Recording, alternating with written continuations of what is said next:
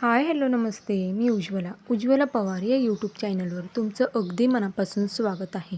तर इथे मी सुकट घेतले आहे आणि आज आपल्याला झणझणीत सुकटीची चटणी कशी बनवायची ते पाहायचे आहे.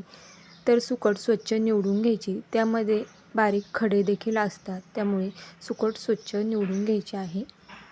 आता या सुकटीला आपल्याला कढईमध्ये भाजून घ्यायचं आहे. तर 1 मिनिटभर आपल्याला ही सुकट भाजून घ्यायची. इथं गॅसवरती मी कढई ठेवली आहे. यामध्ये आपल्याला ही सुकट घालायची आहे. गॅसची फ्लेम मिडियम ठेवायची आणि 1 मिनिट आपल्याला ही सुकट भाजून घ्यायची, जेणेकरून सुकटीला जो उग्र वास असतो तो निघून जातो.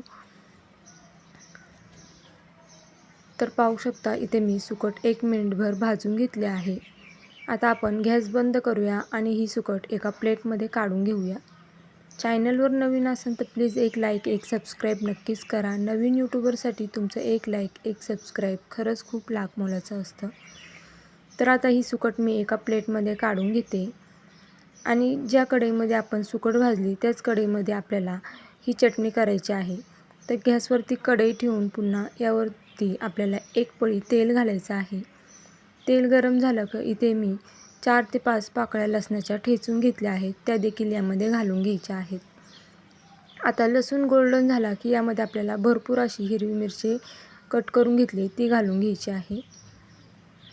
हिरवी मिरची घातल्यानंतर यामध्ये एक मोठ्या आकाराचा कांदा मी बारीक कट करून घेतला आहे, तो देखील घालून घ्यायचा आहे. सुकटीला कांदा भरपूर घातला की सुकटीची चव आणखीन वाढते. आता कांदा आपण 1 मिनिटभर परतून घेऊया. कांदा परततोय तोपर्यंत इथे मी सुकट पाण्यामध्ये भिजत ठेवले आहे.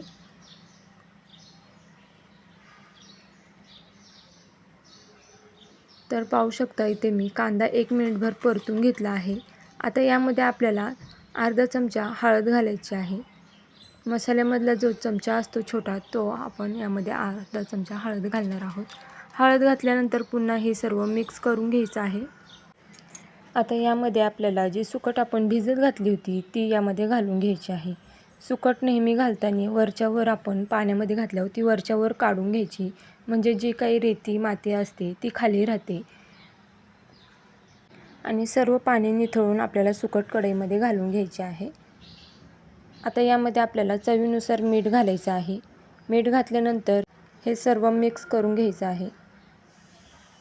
तर या पद्धतीने एकदा नक्कीच सुकटीची चटणी करून पहा. अगदी झटपट होते आणि अगदी सोपी पद्धत आहे. तुम्हाला माझी ही रेसिपी थोडी जरी आवडली असेल तर प्लीज एक लाईक, एक सबस्क्राईब नक्कीच करा. नवीन यूट्यूबरसाठी तुमचे एक लाईक, एक सबस्क्राईब खरंच खूप लाख मोलाचं असतं. आता आपल्याला यावरती झाकण ठेवून 1 ते 2 मिनटं वाफ काढून घ्यायची आहे.